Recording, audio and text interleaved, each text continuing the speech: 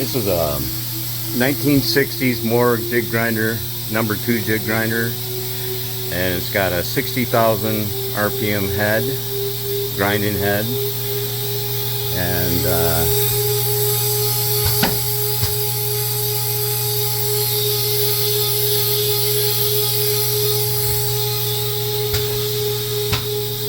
that oscillating head should be nice and smooth.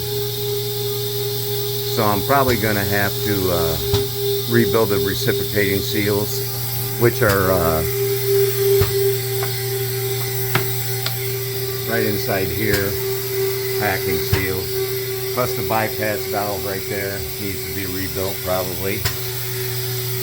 And it's got a 1/10 digital readout, which is, my other one had a 20 millionths, but it's not, you know, it could be the counterbalance. It's air counterbalance right here, but I wasn't able to bleed it. You fill that with oil and then you bleed it on this knob right up there, and I wasn't able to do that. It does have a air line leaking in the back, so just a short video of,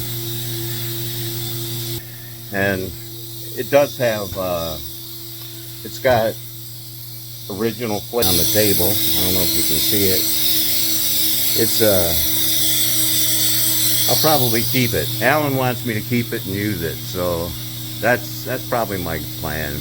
But right now my air compressor is shut off, so it's going a little bit slow because that airline leaking in the back. But all right, that's it.